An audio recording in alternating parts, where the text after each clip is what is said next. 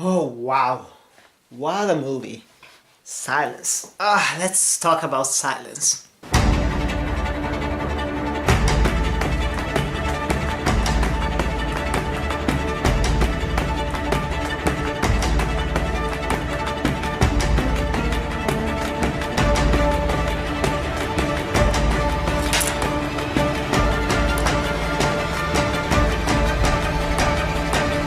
Much better.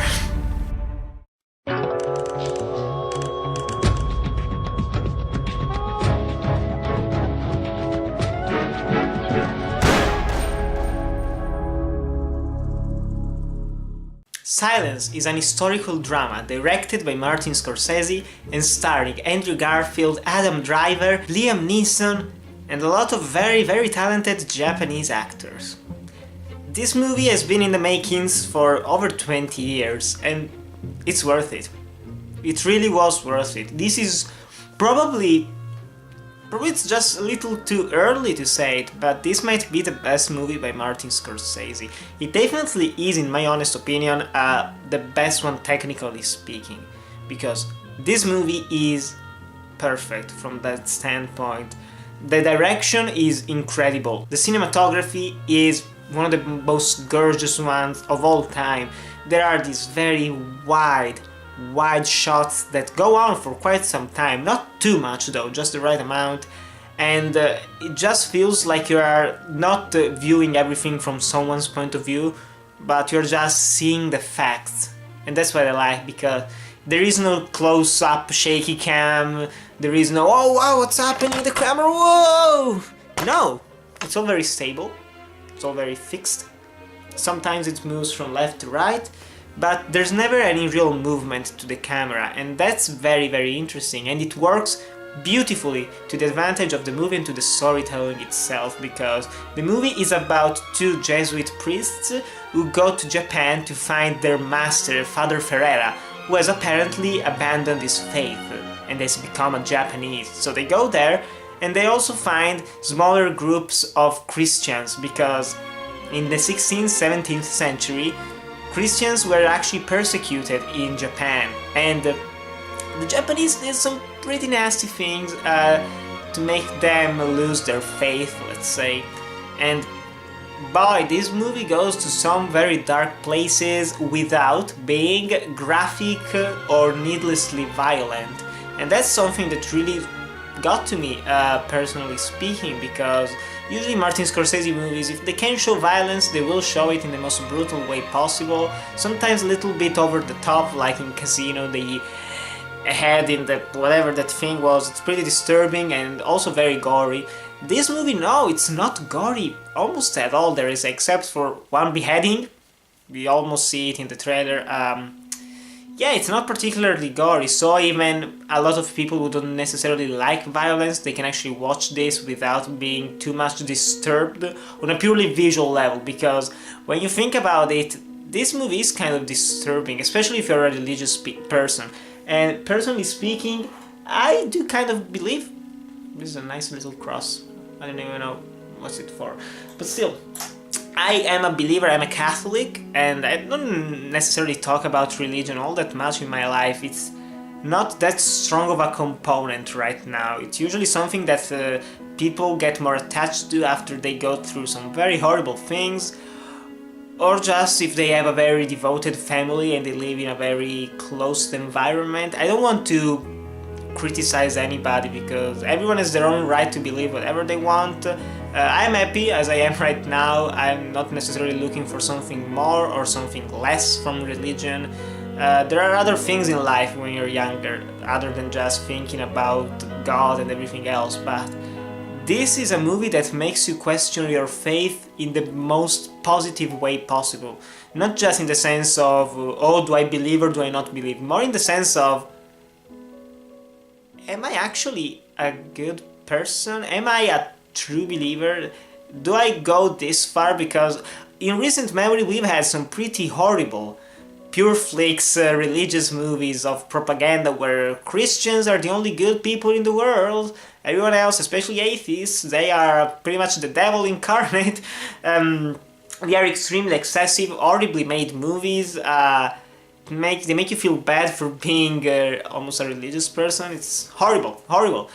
And this one is the movie that actually makes you improve your own faith by showing some very, very extreme things. And this movie is long. It's over 2 hours and 40 minutes long, if I'm not mistaken. It does not feel like it. It's very well paced. It's a slow movie in the sense that it's not fast paced, both in the editing or in the action. It takes its time, but not in an excessive way, in the right amount, and every scene is closely connected to the next one.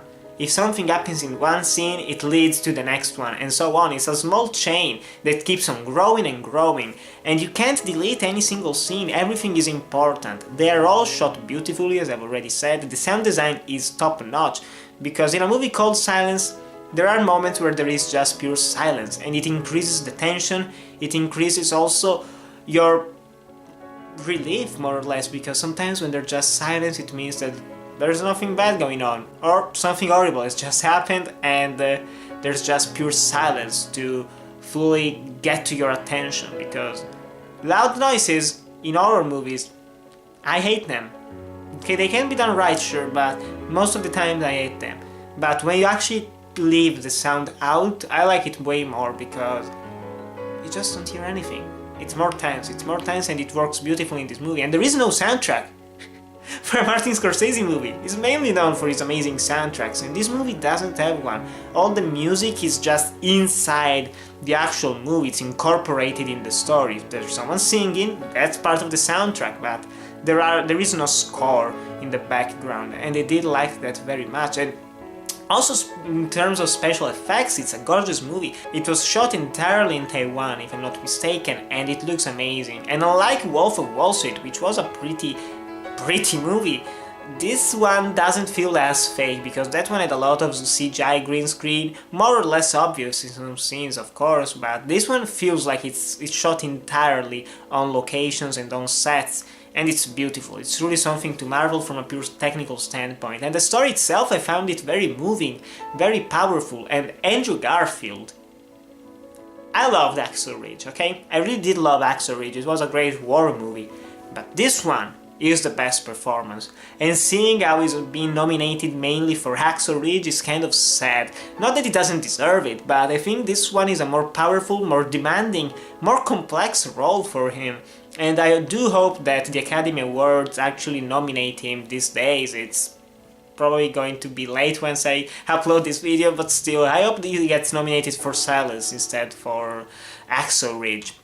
Adam Driver, Liam Neeson, they're great as well, but the best characters were the Japanese ones, especially the Inquisitor, who is constantly laughing. He has this thick accent, but it's lovable. He's just, "Ah, come here, Patrick.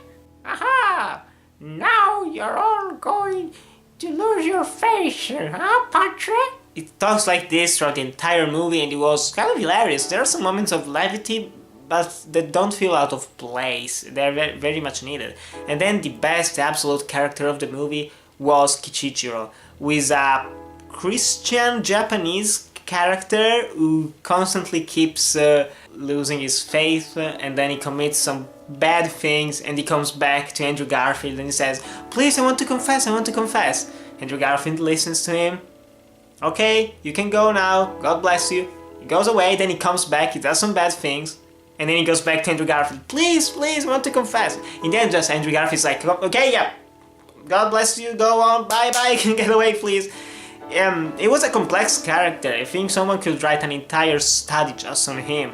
And this is a movie that needs to be analyzed deeper and deeper, because I won't be surprised if a lot of viewers just listen to the plot, watch 10 minutes and go, "This movie is against religion, it's against Christianity, or it's xenophobic against Japanese people." But also, having studied recently for the university history, this movie actually portrays what I do believe was one of the bad things of history, forcing your religion on other civilizations. The Japanese had their own religion, okay? They did not need Christianity, honestly. And as much as they might have loved it, as much as they might have been devoted, they weren't following actual Christianity. so it doesn't feel as powerful as it was in the beginning of the movie once you find that out. And I mean, if the Christians never went there to force their religion and to make people convert to Christianity, probably a lot of people wouldn't have died for those reasons, just for religious persecution, because otherwise they were fine. They were fine, they were happy. And the same happened in Africa as well, and in India, and in other places of the world. Okay?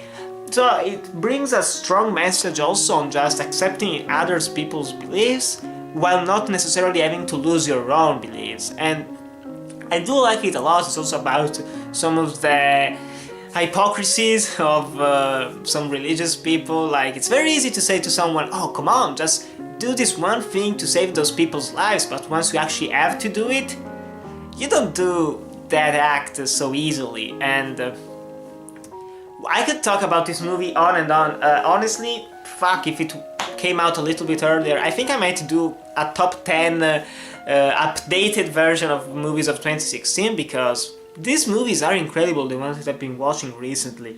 And Silence has to be one of the best movies of 2016. It's high up there, probably second place after Nocturnal Animals and probably La La Land once I see it. But still, it's a masterful movie. It's a shame that it's not being shown in that many theaters, that the freaking Bye Bye Man is getting a lot more money than Silence ever will. It's unfortunate, truly unfortunate. I know that it's a long movie, I know, but it's worth it. Especially if you are a religious person, because other people are going to like it a lot, but if you are a believer and you actually focus on the movie and don't just go in with a lot of bad prejudice, you're going to love it. I truly think this is an outstanding movie, masterfully executed, brilliantly told and paced, and probably Martin Scorsese's best. I should watch more of his filmography, but it's kind of great. But still, guys, have you heard of Silence? Have you seen it? And also tell me in the comments below which is your favorite Martin Scorsese movies. Thanks, as always, for watching. To like, comment, subscribe, and I'll see you in the next video.